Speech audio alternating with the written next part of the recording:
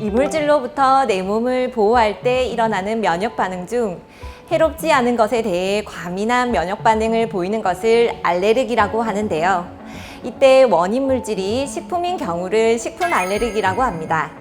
예를 들어 각각류 알레르기가 있는 학생이 새우를 먹으면 몸이 과민한 면역 반응을 일으키고 다양한 변화가 일어납니다. 가려움, 붉어짐, 두드러기, 부종 등이 일어날 수 있고 소화기에 이상이 생기거나 호흡기에도 반응이 오기도 합니다. 때로는 심혈관 증상이나 결막충혈과 같은 증상을 발현하죠. 학교에서는 19가지의 알레르기 유발 식품을 번호로 표시하고 있는데 그 외에도 원인 물질의 종류가 굉장히 다양하고 매년 식품 알레르기를 가진 학생의 비율이 늘어나는 만큼 급식 조리를 할 때 매우 조심해야 합니다. 그럼 안전한 급식을 위해 OX 퀴즈로 바로 배워볼까요? 안녕하세요. 양동초등학교 조리원 선생님 김옥란입니다. 조리원 선생님 노윤미입니다. 조리원 선생님 김춘희입니다. 여러분은 조리원 선생님들을 대표해서 3가지의 퀴즈를 풀어볼 예정입니다. 앞에 있는 OX 팻말을 손에 쥐고 퀴즈에 대한 답을 들어주시면 됩니다. 네. 첫 번째 퀴즈 드릴게요. 식품 알레르기 관리를 위한 식단 제공은 3가지 방법으로 나눠볼 수 있는데 회피식, 제거식, 대체식이다. 하나, 둘, 셋!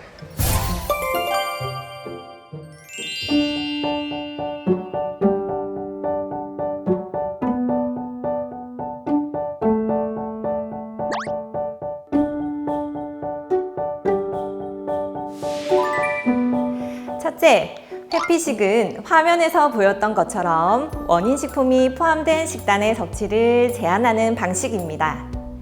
둘째, 제거식은 원인 식품만 제거하고 별도 조리를 하는 방식이고, 셋째, 대체식은 비슷한 영양을 가진 대체 식품을 활용하여 조리하는 방식을 말합니다. 방금과 같은 경우 대체식이라면 달걀 대신 두부를 제공할 수 있겠습니다. 그럼 다음 문제를 풀어볼까요?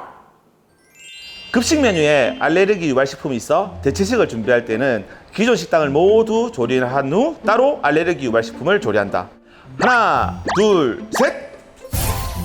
같이 조리하면 안 되니까 따로 조리해야 될 것 같은데.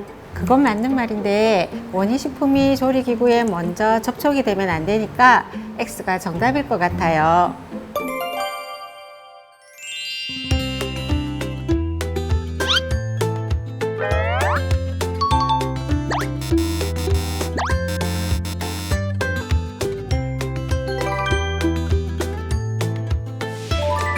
기본적으로 식품 알레르기 관리 식단의 조리는 일반 식단 조리를 우선 두는 것이 원칙이라고 생각하시면 됩니다. 마지막 문제 드릴게요. 식품 알레르기는 식품의 직접적인 섭취뿐만 아니라 접촉이나 공기 중으로도 반응하여 알레르기 증상을 유발할 수 있다. 하나, 둘, 셋! 식품 알레르기란 말을 들었을 때 먹어야만 생기는 알레르기 반응이 아닐까라는 생각이 들어서 X를 들었어요.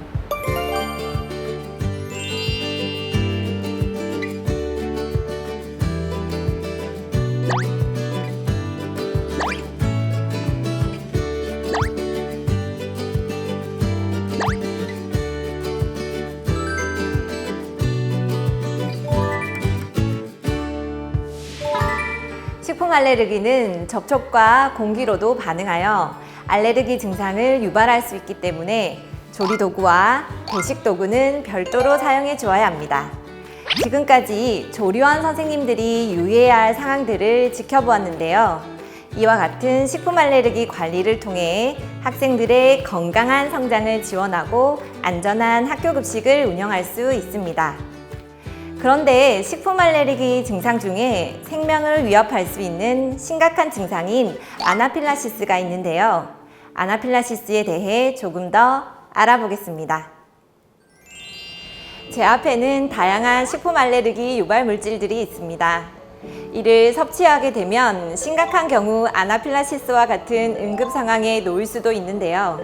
이 경우 몇 분 안에 사망하는 경우가 있으니 특히 조심해야 합니다.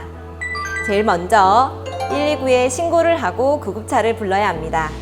그 후 편안한 자세가 되도록 돕고 자가주사용 에피네프린이라는 응급약물을 사용하면 됩니다.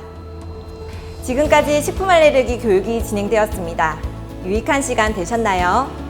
여러분의 손끝에서 탄생하는 아이들을 위한 급식인 만큼 더욱 책임감을 가지고 안전한 급식을 위해 임해주셨으면 좋겠습니다. 고생하셨습니다.